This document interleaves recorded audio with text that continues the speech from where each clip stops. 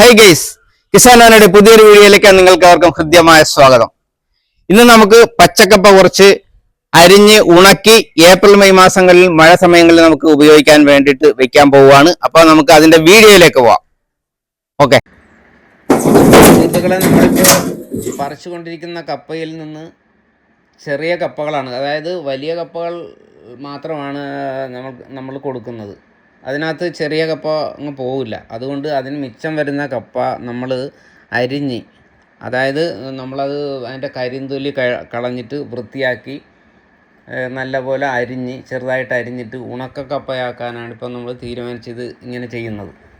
അപ്പോൾ നമുക്ക് ഈ മാർക്കറ്റിൽ തീർച്ചയായിട്ടും ചെറിയ കപ്പ പോകത്തില്ല. ഇതൊന്നല്ല, ഉണ്ടക്കപ്പയാണ്. എന്നാലും കുറേയൊക്കെ പോയിട്ടുണ്ട്.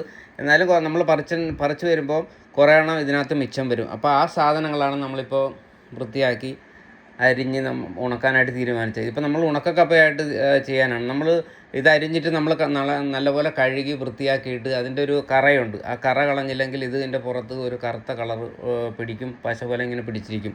അപ്പോൾ അത് ടേസ്റ്റും കുറവായിരിക്കും, ലാസ്റ്റ് ചെയ്യത്തുമില്ല. അപ്പോൾ അങ്ങനെ നമ്മളത് ഉണക്കാനായിട്ടാണ് ഇപ്പോൾ പോകുന്നത്. അപ്പോൾ ഇത് നമ്മളൊരു ജൂൺ ജൂലൈ മാസങ്ങളിലൊക്കെ നമുക്ക് ധാരാളമായിട്ട് ഇതിന് ചിലവുണ്ടാകും. കഴിഞ്ഞ വർഷം ഞാൻ ഇതേമാതിരി മിച്ചം വന്ന കപ്പ കുറേ ഉണക്കിയിട്ട് അത് വെച്ചിരുന്നു. അപ്പോൾ ഉണക്കിയതിന് ശേഷം തന്നെ ഒരുപാട് ആൾക്കാർ അറിഞ്ഞൊക്കെ വന്ന് ഒരുപാട് കപ്പ വാങ്ങിച്ചുകൊണ്ട് പോയി. നമുക്കത് തികയാണ്ടാണ് വന്നത്. ഒരുപാട് ആവശ്യക്കാർ വീണ്ടും ഇങ്ങനെ വന്നുകൊണ്ടിരുന്നു. അപ്പോൾ അതുകൊണ്ട് തീർച്ചയായിട്ടും നമുക്ക് ഒരു ജൂൺ മാസങ്ങളിൽ ഇത് ചിലവായി പോകും. നമുക്ക് പച്ചക്കപ്പ 1 കിലോ വിൽക്കുന്നതിൻ്റെ ഒരു 4 ഇരട്ടി 5 ഇരട്ടിയെങ്കിലും വില ഇതിന് നമുക്ക് കിട്ടും. അപ്പോൾ ഇത് നമുക്ക് ഉണക്കക്കപ്പയായിട്ട് ചെയ്യാം. പിന്നെ നമുക്കിത് വാട്ടുകപ്പയായിട്ടും ഉപയോഗിക്കാം. വാട്ടുകപ്പയ്ക്കും നല്ല ഡിമാൻഡുണ്ട്. വാട്ടുകപ്പയാകുമ്പോഴത്തേനും നമ്മളിത് പുഴുങ്ങിയാണ് ഉണക്കുന്നത്. അപ്പോൾ അത് നമ്മൾ കഴിഞ്ഞ പ്രാവശ്യം അങ്ങനെ ചെയ്യാനായിട്ട് തീരുമാനിച്ചെങ്കിലും ചെയ്തില്ല. പക്ഷേ ഈ വർഷം നമ്മളത് ചെയ്യാനായിട്ട് തീരുമാനിച്ചിട്ടുണ്ട്. കാരണം എന്ന് വെച്ചാൽ ഇനിയും നമ്മൾക്ക് കുറേ കപ്പ വിറ്റ് പോകാനുണ്ട്. അപ്പോൾ ഇങ്ങനെ ദിവസവും ഇങ്ങനെ പോയിക്കൊണ്ടിരിക്കുകയാണ്. അപ്പോൾ അതിലും ചെറിയ കപ്പകൾ വരും. അപ്പോൾ അങ്ങനെ വരുന്ന കപ്പകൾ നമ്മൾ വാട്ടുകപ്പയായിട്ട് ഉപയോഗിക്കാനായിട്ട് തീരുമാനിച്ചിട്ടുണ്ട്. ഇപ്പോൾ എനിക്ക് പല രീതിയിലുള്ള ലാഭമാണ് ഇപ്പോൾ കപ്പയിൽ നിന്ന് കിട്ടിക്കൊണ്ടിരിക്കുന്നത്. കാരണം എന്ന് വെച്ചാൽ ഇപ്പോൾ ആദ്യമായിട്ട് ഇപ്പോൾ കപ്പ നമ്മൾ വിൽക്കുന്നു. കപ്പ വിറ്റതിന് ശേഷം അതിൻ്റെ കമ്പ് പിന്നെ ചെറുതായിട്ട് ഇങ്ങനെ ഒന്ന് തുറന്ന് അതിൻ്റെ ഇലയൊക്കെ മാറി വരുമ്പോഴത്തേനും നമുക്കിപ്പോൾ ആ കപ്പക്കമ്പ് നന്നായിട്ട് പോകും. ഇപ്പോൾ തന്നെ കപ്പക്കമ്പിന് ഒരുപാട് ആവശ്യക്കാർ വരുന്നുണ്ട്. ഇപ്പോൾ 2 ടൈപ്പ് കപ്പക്കമ്പാണ് നമുക്ക് ഇവിടെ ഉള്ളത്. ഒരു 6 മാസം കൊണ്ട്, അതായത് 5നും 6നും മാസത്തിൽ വിളവെടുക്കാൻ പറ്റിയത് ഒരെണ്ണം. പിന്നെ വേറെയുള്ള എന്ന് വെച്ചാൽ ഒരു 8 മാസം കൊണ്ട് വിളവെടുക്കാൻ പറ്റിയ 2 ടൈപ്പ് കപ്പകളാണ് നമുക്ക് ഉള്ളത്. അപ്പോൾ ഈ 6 മാസം കൊണ്ട് വിളയുന്ന കപ്പയെന്ന് പറഞ്ഞാൽ കുറച്ച് ചെറുതായിരിക്കും. മറ്റത് കുറച്ചുകൂടെ വലുതാണ്, ഈ 8 മാസം കൊണ്ട് വിളയുന്ന കപ്പ. അപ്പോൾ അതാണ് നമുക്ക് 2 സൈസിലെ കപ്പ ഇവിടെ ഉള്ളത്. അപ്പോൾ എങ്ങനെയായാലും കപ്പ കൃഷി നമുക്ക് ഒരു കാരണവശാലും നമുക്ക് നഷ്ടം വരില്ല. ഏതെങ്കിലും രീതിയിലൊക്കെ നമുക്ക് കപ്പ പച്ചക്ക് പോയില്ലെങ്കിൽ തന്നെ വെള്ളുകപ്പയായിട്ടും വാട്ടക്കപ്പയായിട്ടും ഒക്കെ വിറ്റിട്ട് നമുക്ക് നല്ല ലാഭം ഉണ്ടാക്കാൻ പറ്റും.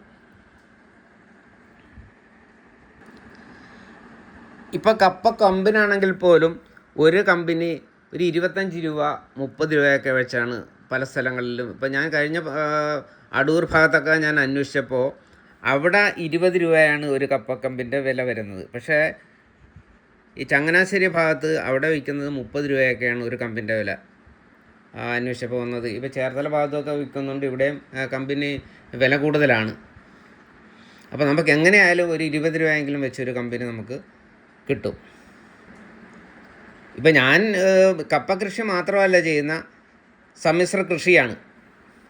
പലതരത്തിലുള്ള കൃഷികളാണ് നമ്മൾ ചെയ്യുന്നത്. അപ്പോൾ അതിൻ്റെ ഓരോ സമയത്തും കിട്ടുന്നത് നമ്മൾ ഒരു മാർക്കറ്റ് അനുസരിച്ച് കൃഷി ചെയ്യുക എന്നുള്ളതാണ്. ഇപ്പോൾ കപ്പയ്ക്ക് നല്ല ഡിമാൻഡ് ഉള്ളത് കൊണ്ട് മാത്രമാണ് നമ്മളിപ്പോൾ ഈ സമയത്ത് കപ്പ കൃഷി ചെയ്തത്. അത് തന്നെയല്ല, ഒരു സ്ഥലത്ത് ഞാൻ കപ്പ കൃഷി ചെയ്യാനായിട്ട് മാത്രം കുറച്ച് ഏരിയ മാറ്റിയിട്ടിരിക്കുകയാണ്. അപ്പോൾ അവിടെ സ്ഥിരമായിട്ട് ഇങ്ങനെ കപ്പ കൃഷി ചെയ്യും. പിന്നെ നമ്മൾ പിന്നെ മറ്റുള്ള കൃഷികൾ ചെയ്തതിന് ശേഷം ഒരു അഡീഷണൽ ഇൻകത്തിന് വേണ്ടിയും ചെയ്യാറുണ്ട്. ഇപ്പോൾ പച്ചക്കറി ചെയ്യുന്നതിന് ശേഷം വരുന്ന കുറേ മിച്ചമൊക്കെ വളം വരുമല്ലോ. അപ്പോൾ അതിന് അങ്ങനെയും കുറേ കമ്പ് അവിടെ നട്ട് കഴിയുമ്പോൾ നമുക്കൊരു അഡീഷണൽ ഒരു എക്സ്പെൻസ് ഇല്ലാതെ തന്നെ നമുക്ക് എക്സ്പെൻസ് ഇല്ലാതെയും ബുദ്ധിമുട്ടില്ലാതെയും കപ്പ നന്നായിട്ട് വിളഞ്ഞ് കിട്ടും. ഇപ്പോൾ കപ്പ കൃഷി ചെയ്യാൻ ഉദ്ദേശിക്കുന്ന കർഷകർ ഇപ്പം നട്ടു കഴിഞ്ഞാൽ നമുക്ക് ഓണത്തിന് കപ്പ വിളയിച്ചെടുക്കാൻ സാധിക്കും. അപ്പോൾ ഓണത്തിന് നല്ല ഡിമാൻഡും കിട്ടും. അപ്പോൾ വെറുതെ കിടക്കുന്ന സ്ഥലമൊക്കെ ഉണ്ടെങ്കിൽ, പച്ചക്കൃഷി ചെയ്യാതെ കിടക്കുകയാണെങ്കിലോ അപ്പോൾ കൃഷിയോഗ്യമായ സ്ഥലം ഉണ്ടെങ്കിൽ നമ്മൾ കുറച്ച് കമ്പാണെങ്കിലും നട്ടു കഴിഞ്ഞാൽ നമുക്ക് സുഖമായിട്ട് ഓണത്തിന് നല്ല വിളവെടുക്കാൻ സാധിക്കും. ഏത്തക്കുല വിൽക്കുന്ന മാതിരി നമുക്ക് കപ്പയും വിൽക്കാൻ പറ്റും.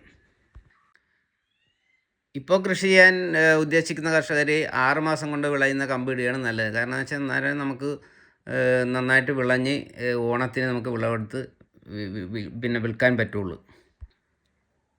അപ്പോൾ സുഹൃത്തുക്കളെ, നിങ്ങൾക്ക് ഈ വീഡിയോ ഇഷ്ടമായെങ്കിൽ തീർച്ചയായിട്ടും ലൈക്കും ഷെയറും കമൻറ്റും സബ്സ്ക്രൈബും ചെയ്യാൻ മറക്കരുത്.